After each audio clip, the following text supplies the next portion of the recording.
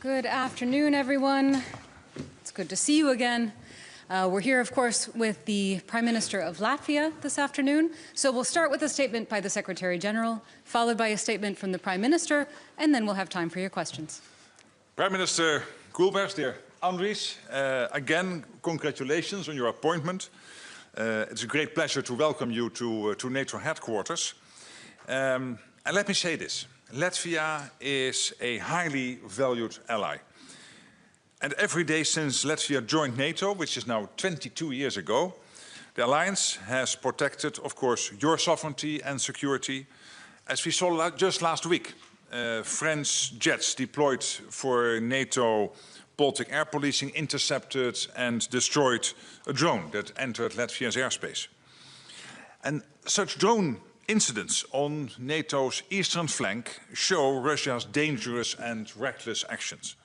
But it also shows once again NATO's determination and ability to deter and to defend. No ally stands alone in NATO. Latvia hosts NATO Forward Land Forces, a brigade led by Canada with troop contributions from 12 other allies. That is NATO solidarity in action. Latvia leads by example on defense investment, with core defense spending due to reach almost 5% of GDP this year. And you are also strengthening your defense industrial base, with focus on drone technology and counter-drone systems. You have become a true hub for innovation in this critical area. Latvia is a staunch supporter of Ukraine. It continues to provide essential support, including through its co-leadership of the International Drone Capability Coalition. That has already delivered contracts for 30,000 drones, many produced in Latvia. And just last week, you signed a defense cooperation agreement with President Zelensky to share expertise. Prime Minister, today we discussed the priorities for the NATO summit in Ankara that is only 3 weeks away. And the summit will be about delivery. Delivering increased defense investments, more defense production, and of course our strong support for Ukraine. Latvia is already showing how it's done. I expect other allies to demonstrate how they are turning extra spending into combat-ready capabilities and how they are scaling up their defense industries. I count on allies to go further and faster because we face a more dangerous world. Latvia's resolve is an example to us all. And we are all safer and stronger when we stand together in NATO. Prime Minister Kulbergs, dear Andris, the floor is yours. Thank you. Well, thank you all. Dear Secretary General Mark, in the 5 minutes we met, I learned that I have a lot to learn from Mark because he's been Prime Minister for 14 years. And today I'm Prime Minister for 14 working days. So, and yes, and we learned that we actually have much more in common from Dutch perspective, from Riga, from Latvia, and our common past that we shared good insights. Yeah. And thank you for hosting me first time here in NATO headquarters in Brussels. And today is a very symbolic day. Today, 17th of June, in 1940, Russian boots stepped into Riga, exactly today. And that's a symbolic that we meet here in NATO, because security and alliance, NATO alliance, is more than ever needed and necessary presence to be in not only Latvia, not only in Baltics, but in all eastern flank. So Latvia has a new government, and I'm the new Prime Minister. But nothing changes. Even more stronger, we're supporting defense. That's proven by the 5% in the budget, and that is already done in the Parliament. As well, nothing has changed. Even more, we do support for Ukraine, because we think that is the partner, that is the nation who's keeping us safe in Europe, and we know what that means, and that's why we have very close relationship and we support them in any means possible We're number 5 country in the world supporting Ukraine from a GDP perspective. Yes, we're not that big, but we have a strong heart for that. We also support Ukraine for the next heating season and the electric season with all the equipment what we have, and we can give them in time. And we have a cooperation with Ukraine, and this is not on paper. This is a real cooperation we signed last week, which brings us much closer in terms of bringing safe skies in Baltics. Not only Latvia, Lithuania has done the deal. We just did it. And I just heard yesterday Estonia might do it very soon as well. This has to be incorporated also into our NATO system, that we keep our skies safe, because I think there's no one else in the world who knows better how to keep us away from drones than Ukraine, who does them in a military way every day in a war. Security remains #1 issue and #1 matter of this government. And our main task is to make NATO stronger and more secure. For this, we need to invest more in collective defense and deterrence capabilities. And Latvia is doing its part. As I mentioned before, 5% is that what we do from our perspective, and we are committed to that in the future as well. And Latvia is a committed and responsible ally of NATO. And our top priority now is to strengthen the air defense, and that means that thanks to NATO, and I totally appreciate the work you did last week, shooting down by the French Rafale jet fighter the drone which entered our airspace. That shows that timely decisions and execution brings safe skies to the people. But we need to improve the efficiency. That's not the way how we should shoot down every drone. So we have to be efficient, also using our resources. And at the same time, we are adapting to real-time threats by investing in the cost-effective anti-drone capabilities. And that is the priority of my government as fast as possible. And Latvian drone industry is developing fast and is ready and able to offer cheaper counter-drone capabilities. Today was a very symbolic announcement as well from France tender, a French tender, which means that our Origin Robotics anti-drone has been chosen as the leading source of keeping France's, Belgium and Ukraine as well being supplied with the Latvian-built drones. Collectively, allies have the resources and capabilities to ensure protection of all NATO territory against every threat. Latvia is ready to host more allied air defense capabilities to safeguard NATO's external border. Estonia has it, Lithuania has it, Latvia also needs it. Last week I signed a drone agreement with President Zelensky, and that is anti-drone efficient neutralization. Ukrainians are the most advanced in drone warfare today. So the drone agreement will help us integrate Ukrainian battlefield experience into our defense posture.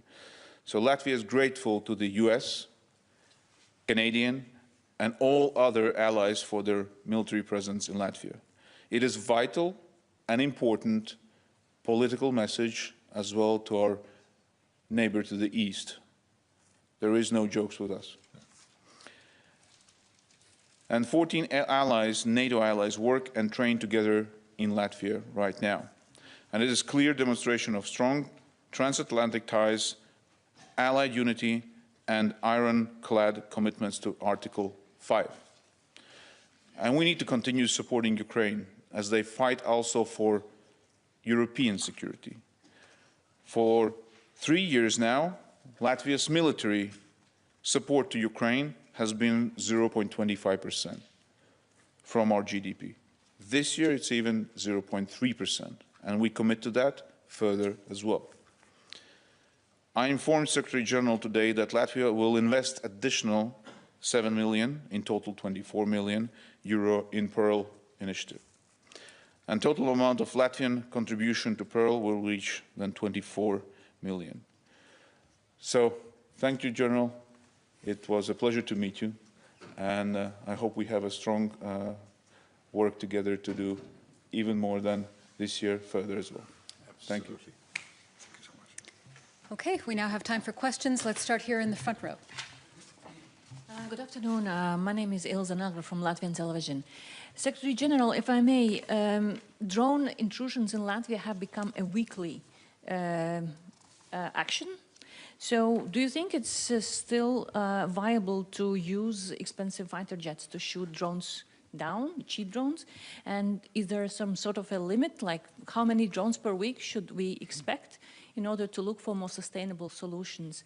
And for the Latvian Prime Minister, what do you expect NATO to step up, or the current support is enough in the existing situation? Thank you. Yes, on your first question, I totally agree with the Prime Minister. That is that obviously long term we cannot continue by shooting down drones with very costly interceptors. So we have to find an interception techniques which are of the same costs as the drones, so counter-drone technologies. And this, of course, is where Ukraine comes in. This is also where innovation comes in. And I can assure you that NATO is laser-focused when it comes to delivering cutting-edge counter-drone defenses at speed. And that's why late last year we launched a package of measures to expand and accelerate NATO's counter-drone measures. And I expect more initiatives like these at the NATO summit in Ankara. What we are doing now is turning rapid experimentation I underscore, because this has to be done speedily, so we're doing that, but also turning this into capabilities that deliver, as you said, at a low cost, the counter-drone techniques, so that we defeat low-cost drones and swarms before they can threaten our forces, before they can threaten our skies, our countries. NATO recently has conducted ground-based interceptor exercises, including the Counter-Unmanned Aerial Systems Initiative Project Flytrap, which was part of Sabre Strike 26 in Lithuania. So this is just one example of where we are doing everything to make sure that we have what we need, but also to speedily morph from the experimentation into the real thing. And this is a bit new because in the past NATO would really only want to deploy something when it had been totally tested from every angle. But here we have to make sure that we are there at speed. Yes, the answer is yes. We need more boots on the ground, and we need more allied forces presence in not only Latvia, in Baltics and Eastern flank. And that is a necessary part and discussion and debate we had today together. The best way to protect us is to prepare for the worst, which means to have the best defense possible, and that will always be the part of deterrence, much better than doing less. Okay, next question, second row here. Thank you so much for this opportunity. My name is Galina Stepovets. I am Ukrainian journalist. Thank you so much for your support of Ukraine, first of all. And my question will be about, do you expect President Zelensky to visit NATO on the coming day? Well, as always, we announce whoever is visiting when they are visiting, and never in advance. So you will see. Okay, next question. Let's head over here on the second row. Hello, Virginia from Tevere, Moldova. Hi, good to see you. In the light of increased frequency of Russian drone incursion into Moldova airspace, including incidents involving armed drones, Moldova President Maia Sandu has called for legislative amendments in order to allow the development and domestic production of interceptor drones as part of the large effort to strengthen Moldova air defense capability. How could NATO and allied countries support Moldova in building up its counter-drone capacity and improving its ability to protect its airspace overall by technology transfer, training, financial and industrial cooperation? There is really a strong cooperation between NATO and Moldova. For example, when it comes to cyber and counter-cyber techniques and initiatives. The President, Maya Sandu, myself, we are in regular contact, but also more broadly. We are really working together, not only as NATO and Moldova, but also Moldova with Ukraine, Moldova with individual allies. Obviously, we don't want to make our adversaries too much informed on what we exactly are doing, but I can assure you that there is a strong cooperation with the EU, of course, when you look at Moldova, but also when it comes to NATO on all these issues. All right, third row in the very center. Thank you, Olivier Beau from AFP. Secretary General, you mentioned the technology and the innovation needed for NATO to be able to counter drones not using jet fighters, but you didn't give any timeline. How long will it take for NATO to be able to replace these costly fighters? And if I may, another question, how do you see your role 1 year after The Hague?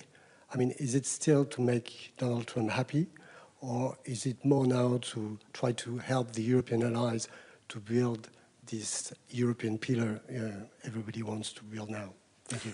Yeah, well, The Hague was not there to make anyone happy. What I think what happened in The Hague, committing to the 5%, what I said is that, of course, this had to be done because when you look at the plans for NATO has and the capabilities we need to defend ourselves, we need to spend the 5%.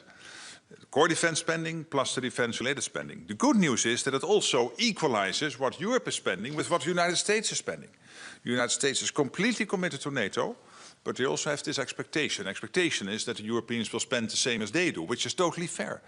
But the first reason to do this is to defend every inch of NATO territory, and that is deeply rooted in the capability targets. And my argument was and is that both getting to the 2% and agreeing on the 5%, President Trump's, let's put it, encouragement here, I believe has been very helpful. But again, it is deeply rooted in our plans. This is why we need to do it. On your first question, it's difficult to say there is a sort of moment when we move from the one to the other. Of course, this is an ongoing process. Over time, we will get more and more systems in place to make sure we have these counter-drone technologies working so that you are less and less dependent on the very costly traditional interceptors. All right, coming here to the second row. Yeah, hi. Uliana Krychkovska, European Pravda. So my question is for Prime Minister of Latvia. What is your view in Ukraine's role of helping you just shooting down drones that are going to your aerospace because of Russian aggression? Oh, yes. I think there is no other country who can do it better. And utilizing the equipment available from allies, from their own sources, was the most efficient way. And we should take that knowledge. We shouldn't be experimenting something else while somebody has a solution. And exactly this is the agreement. The agreement means that we have the specialists in place in Latvia in order to assess our situation, how fit we are, what are we missing from the equipment-wise.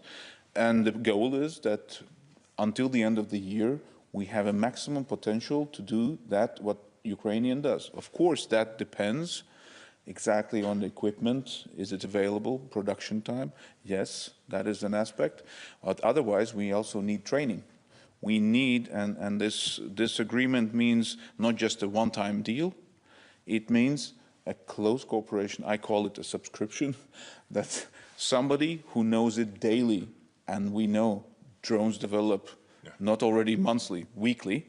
We have to have the latest, as I say, upgrade in order to defend best, because we know that the enemy learns fast as well. So this means anti-drone, this means identification, this means surveillance and whole coverage. And it's important and vital that it is not just Latvia. It is important that it is Baltics. It is important that it is Poland-Baltics. It's important Baltics, Poland, Finland, because drones don't have borders. Yeah? We should be as wall against the aggression. So, and if we can reach the percentage what Ukraine does, that is the most efficient way to use resources. And we need to integrate that with the NATO. And I think that's the best alliance which we could have, technically and in knowledge. Could I just, in one addition, totally agree. And Eastern Sentry, which was launched by the Supreme Allied Commander last year, September, in reaction to some big drone incidents in Poland and Estonia, is exactly there to make this happen. From Finland, let's say from the Black Sea up to the high north, so from Turkey, Romania, Bulgaria up to Finland, to make sure that we work together, that we make maximum use of the existing resources we have, but also exactly to the point the Prime Minister is making, to know where the gaps are and to fill those gaps. And what Latvia is taking leadership here when it comes to applying the latest drone technologies within NATO, and that helps us as an alliance to become better at this. All right, that's all we have time for this afternoon, but thank you so much for joining us. Thank you.